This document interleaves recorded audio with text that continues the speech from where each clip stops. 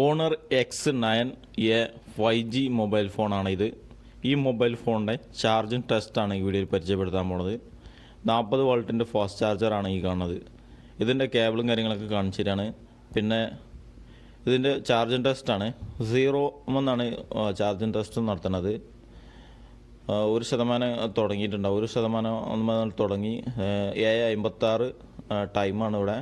അപ്പോൾ ഈ ഒരു ടൈമിൽ നിന്ന് നമ്മൾ 8 മണി മുതൽ നിന്ന് 7:56 മുതൽ നിന്ന് 8 മണി മുതൽ നിന്നാണ് സ്റ്റാർട്ടിങ് തുടങ്ങുന്നത്.